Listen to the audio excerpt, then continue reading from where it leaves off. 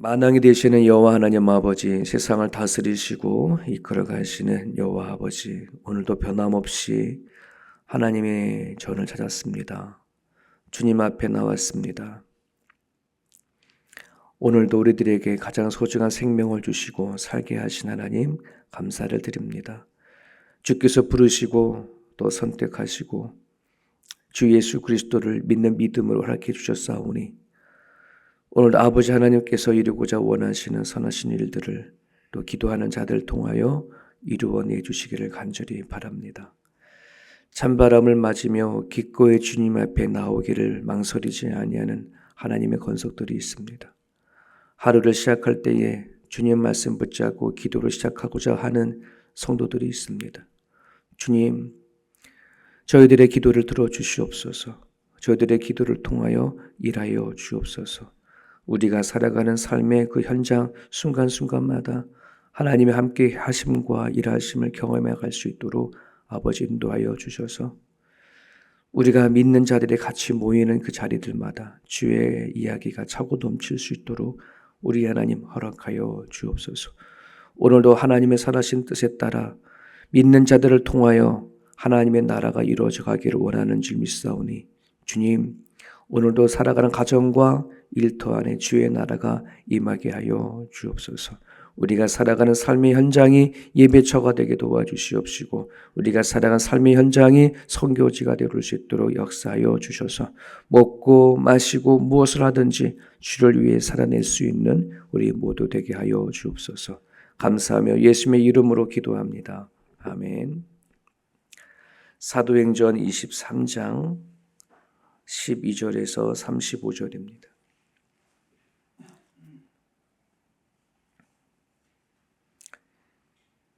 사도행전 23장 12절에서 35절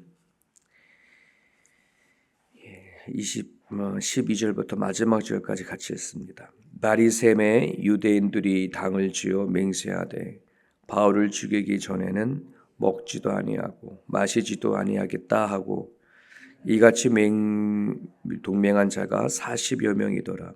대제사장들과 장로들에게 가서 말하되 우리가 바울을 죽이기 전에는 아무것도 먹지 않기로 굳게 맹세하였으니 이제 너희는 그의 사실을 더 자세히 물어보려는 척하면서 공회와 함께 천부장에게 청하여 바울을 너희에게로 데리고 내려오게 하라.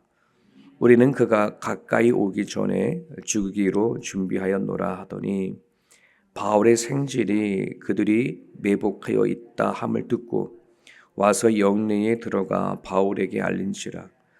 바울이 한 백부장을 청하여 이르되 이 청년을 천부장에게로 인도하라.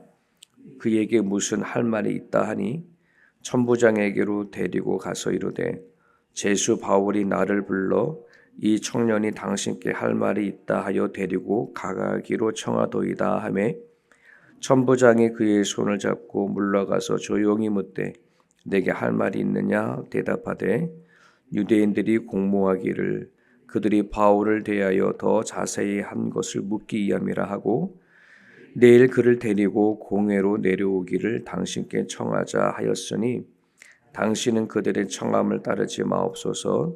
그들 중에서 바울을 죽이기 전에는 먹지도 않고 마시지도 않기로 맹세한 자 40여 명이 그를 죽이려고 숨어서 지금 다 준비하고 당신의 허락만 기다리나이다 하니 이에 천부장이 청년을 보내며 경계하되 이 일을 내게 알렸다고 아무에게도 이르지 말라 하고 백부장 둘을 불러 이르되 밤 제3시에 가이사랴까지 갈 보병 200명과 기병 70명과 창병 200명을 준비하라 하고 또 바울을 태워 총독 델레스에게로 무사히 보내기 위하여 짐승을 준비하라 명하며 또 이 아래와 같이 편지하니 일렀으되 글라우디오 루시아는 총독 벨릭스 각하에게 문안하나이다. 이 사람이 유대인들에게 잡혀 죽게 된 것을 내가 로마 사람인 줄 들어 알고 군대를 거느리고 가서 구원하였다가 유대인들이 무슨 일로 그를 고발하는지 알고자 하여 그들의 공로로 데리고 내려갔더니 고발하는 것이 그들의 율법 문제에 관한 것일 뿐이요 한 가지도 죽이거나 결박할 사이가 없음을 발견하였나이다.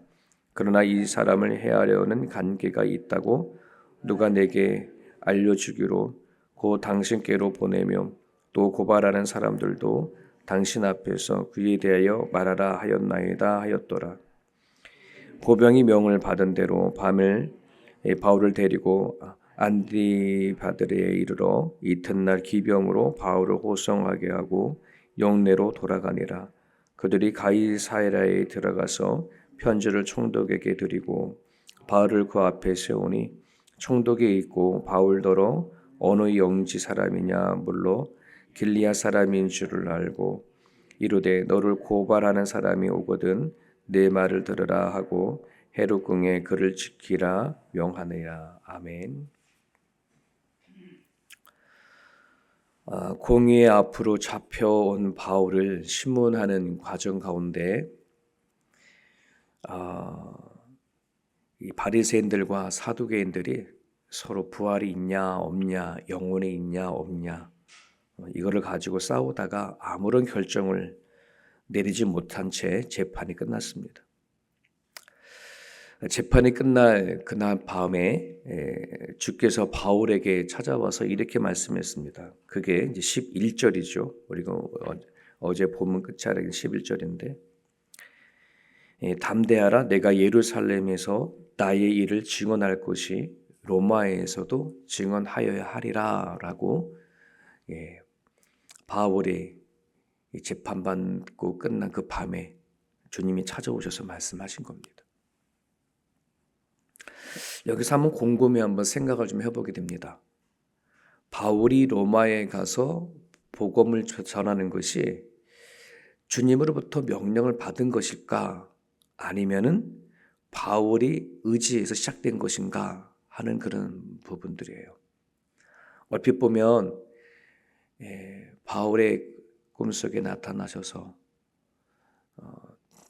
너가 이 예루살렘에서 증언했던 것처럼 로마에 가서도 증언하여야 한다 하는 이 메시지만 보면 마치 주님께서 바울에게 명령하시고 또 바울은 그 명령에 따라 가야 하는 거로만 이렇게 비춰져요. 그런데 성경을 쭉 보게 되어져 버리면 어디에도 먼저 예수님께서 바울에게 로마까지 가라라고 한 적은 없어요. 바울이 예수님을 만나고 나서 그 예수 그리스도에 대한 복음에 대한 전파에 대한 의지를 가지고 복음 전도로 나가죠. 그래서 땅 끝까지 이르러 내 증인이 되리라 했던 그 말씀에 따라 바울의 의지에서 출발을 하게 되어집니다. 여러분 바울이 예수님을 만나기 전에는 전통적인 유대인이었죠. 그가 하나님을 모르는 게 아니라 하나님을 알던 사람입니다. 그럼에도 불구하고 그는 그의 인생을 통틀어 자기 인생을 걸 만한 그 하나님을 위해서 무언가 하고자 했던 것은 없었어요. 하나님이 주신 율법이 있으니 그냥 율법을 지킬 따름이고 그리고 하나님께서 절기에 따라서 제사 드리라고 하니 절기를 지키면 얼마든지 그가 하나님을 믿는 자로서 도리는 다 하는 거죠. 하나님을 위하여 자기 인생을 무엇인가 맡겨야 되겠다고 살았던 사람은 아니었었어요. 그런데 바울이 주님을 만나고 나서는 그 인생이 완전 180도로 달라졌죠. 자기가 살아왔던 모든 것을 다 뒤로 하고 완전 자기의 인생을 예수님 옆에 통째로 걸어서 복음을 전하는 자로 삶을 살았다는 것입니다. 자신의 인생을 써내려가는 진짜 주인을 만났기 때문입니다. 바울이 주님을 만나기 전에 하나님을 알았어요. 그럼에도 불구하고 그는 세상을 창조하시고 조상들 가운데 일하신 하나님이라고 생각했지 자기를 지으고 만들고 자기의 주인이 되어주신 예수님을 진짜 담에서 도상에서 만난 겁니다. 여러분 우리가 하나님을 믿고 또 주님을 만나기 전에 어쩌면 하나님을 믿는 그 자체가 때로는 불편하고 또 신앙 깊이 들어가는 거를 주저할 때가 참으로 있습니다. 종종 목회를 이렇게 하다 보면은 성도들은 하나님을 그냥 믿고 어느 선 안에서 내가 신앙생활을 그냥 하는 것으로 만족하며 살아가는 경향들이 더러 많이 있습니다. 뭐 굳이 하나님을 믿는데 내 인생을 그렇게 온전히 딱 바치면서 그렇게 살아내야 할 것이 뭐가 있냐 하는 겁니다. 하나님은 하나님 일 하시면 되고 나는 내 일 하면 된다. 이제 그런 정도의 신앙생활을 갖고 살아가죠. 교회를 다니는 것으로 충분하고 하나님의 세계로 깊이 들어가야 할 이유가 전혀 없음을 생각하는 사람들도 더러 있습니다. 저도 이 과거의 삶을 돌아보면은 태어났을 때부터 모태신앙으로서 고등학교까지 학교 개근상은 받지 못했지만 교회 개근상은 받았어요. 그만큼 교회를 끊임없이 다녔습니다마는 그것이 저는 그냥 내가 하나님 믿는 것으로서 최선을 다하는 거라고 살았지 내가 살아가는 인생조차도 하나님 앞에 다 맡기고 살아가야 할 이유가 없다라고 그렇게 생각을 한 적이 있었습니다.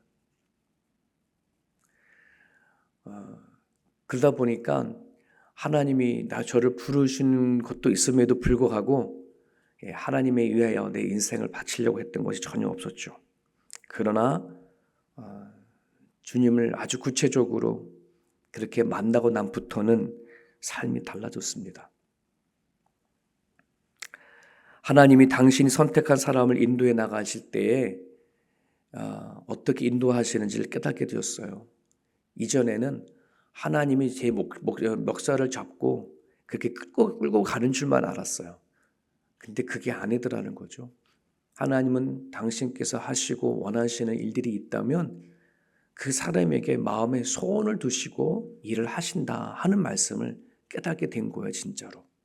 그래서 빌립보서 2장 13절에 있는 말씀처럼 너희 안에서 행하신 이는 하나님이시니 자기의 기쁘신 뜻을 위하여 너희에게 소원을 두고 행하게 하신다 하는 겁니다. 바울이 주님을 만났어요. 만나고 나서 그가 땅끝까지 이르러 내가 복음을 전한다. 하나님이 명령을 주셨던 그 얘기 아니라 그 마음 안에 소원을 둔 겁니다. 근데 그 소원이 하나님 앞에는 기쁨이 되어준 거고 그 소원을 하나님 앞에 두고 맡길 때에 바울이 가졌던 그 의지는 이제는 하나님의 의지가 된 거예요. 하나님 이렇게 일을 해 나가시는 거구나 하는 그런 부분들이죠.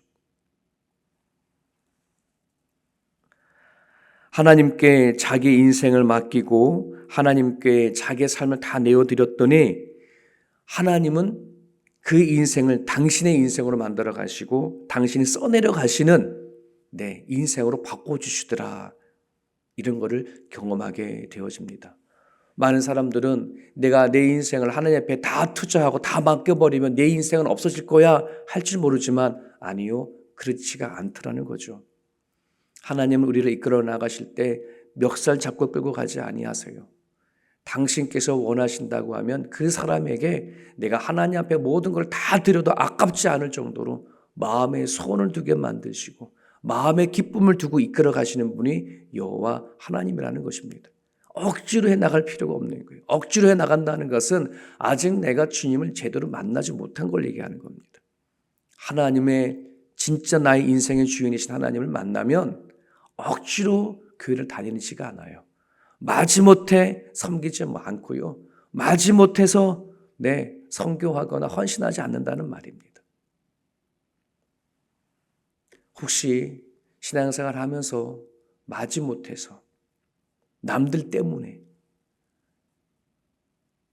여러 가지 그 이유를 들고 억지로 하지 않으시기를. 하나님께서 나를 위하여 어떤 일을 하셨는지 어떤 은혜를 베푸셨는지 그것을 알게 된다면 우리는 저절로 하나님이 원하시는 그 일들에 소원을 품게 되어져요. 기쁨으로 감당하게 되죠.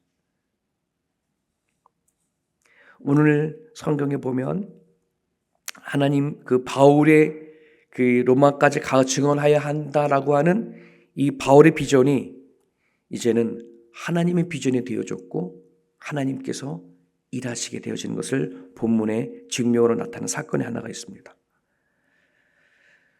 바울에 대한 신문이 제대로 이루어지지 않자 유대인들은 이대로 두면 안 되겠다. 유대인들에겐 도리어 독이 되겠다라고 생각이 들어서 바울을 죽이기로 40여 명이 결사대를 꾸미죠. 그리고 로마 천부장에 가가지고서는 바울에 대해서 좀 더 자세히 물어보고 알아봐야 될 테니까 좀 빼내오기로 자기네들끼리 계략을 가지고 다음 날 되어지면은 그 바울을 데리고 나오면서 죽이려고 계획을 잡은 거예요. 이 상황을 바울의 입장에서 보면은 아무것도 알 수 없고 또 할 수도 없는 그런 상황에 있죠. 왜? 바울 자체를 잡혀져 있으니까.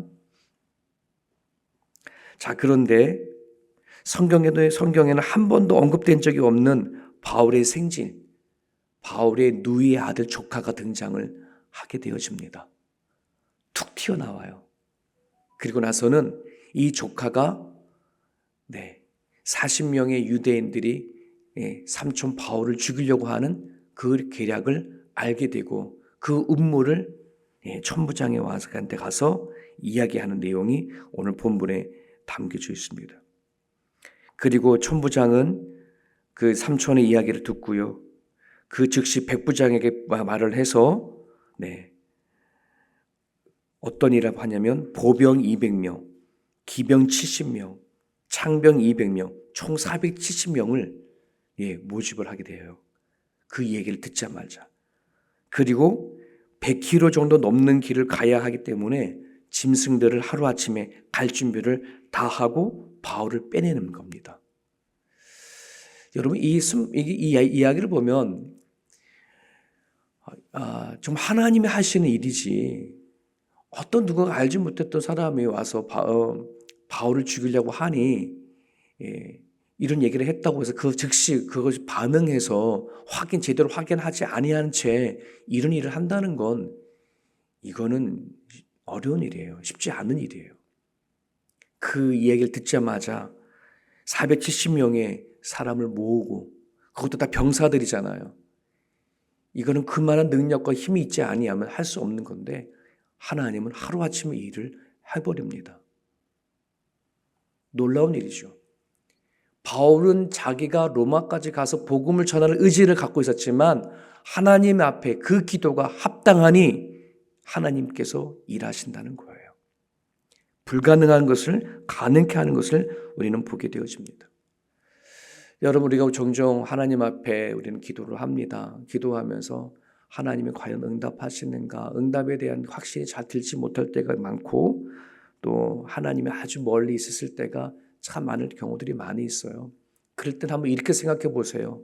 내가 기도하는 것과 하나님이 바라는 것이 이게 하나가 되는 건가 하는 그런 부분들이에요. 그런데 거의 하나가 되지 않을 경우에는 하나님이 침묵하시는 것을 많이 경험하게 되죠. 제 개인적으로 보더라도